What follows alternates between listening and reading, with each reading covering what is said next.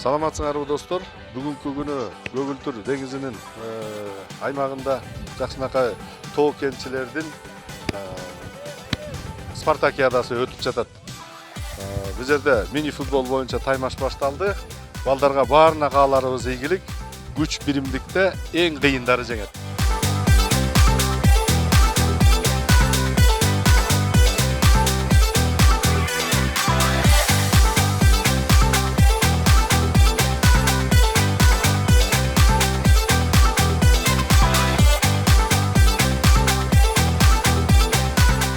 Достор, бүгүн учурда бизде бир ойын түрү боюнча мелдеш өтүп жатат.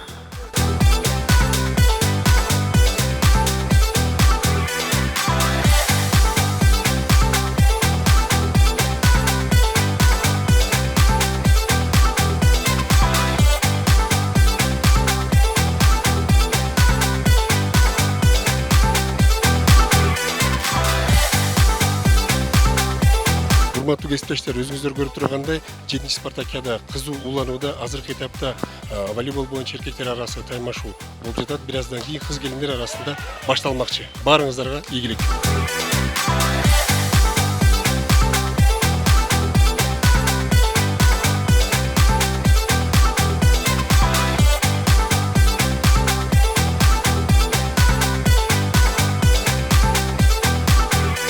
Урматтуу достор, кийинки оюнубуз стритбол.